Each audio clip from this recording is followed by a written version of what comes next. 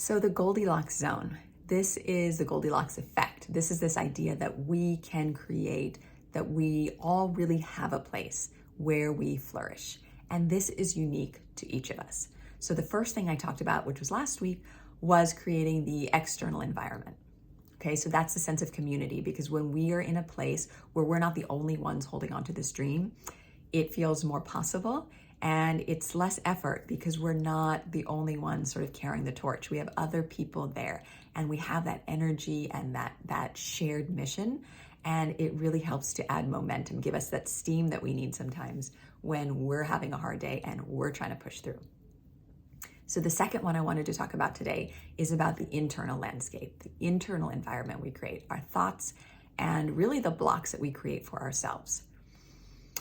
So what are two things that you can do to create a more positive, a more enjoyable mental space for yourself as your goal achieving?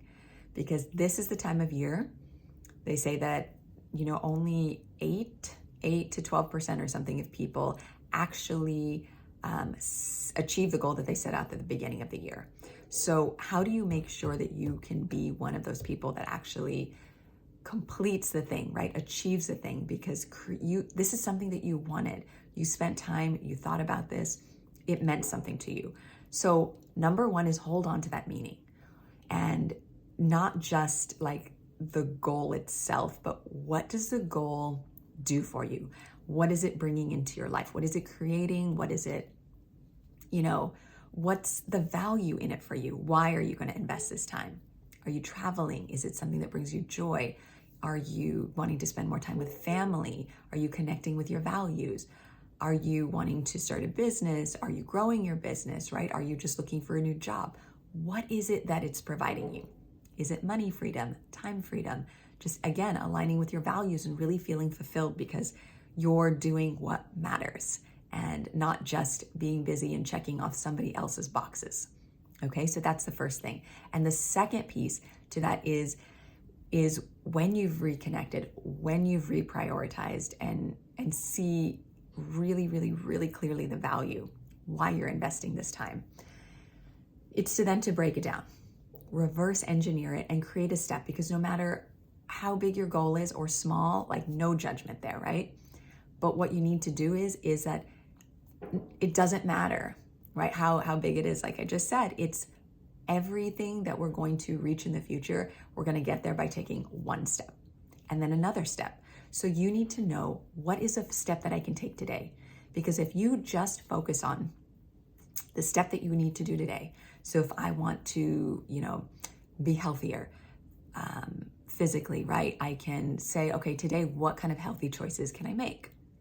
And, and maybe that's just picking up, more vegetables on my plate for lunch and dinner. And that's all I need to focus on right now. What's the one thing I can do? Maybe it's just moving my body more. Maybe when I take a call or I listen to a podcast, maybe I go for a walk. Maybe if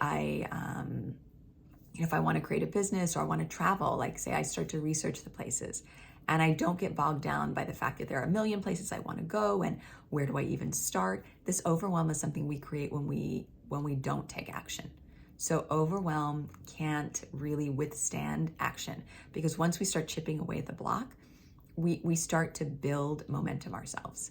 So try these two things. There's so much more we can do, but start here, right? Number one is to connect with your why. What is the goal? What is it bringing you? And number two is to reverse engineer it. So you have the long-term plan, and then you also need the short-term plan. What am I going to do today? And just on top of that, a bonus is that think about that future you, that future self who's already attained that goal. And what choices is she making today, right? Try to make the choices from that future perspective. So if I normally reach for a bag of chips, and that's my current MO, right? And my future goal is to live healthier, to be healthier, to feel better.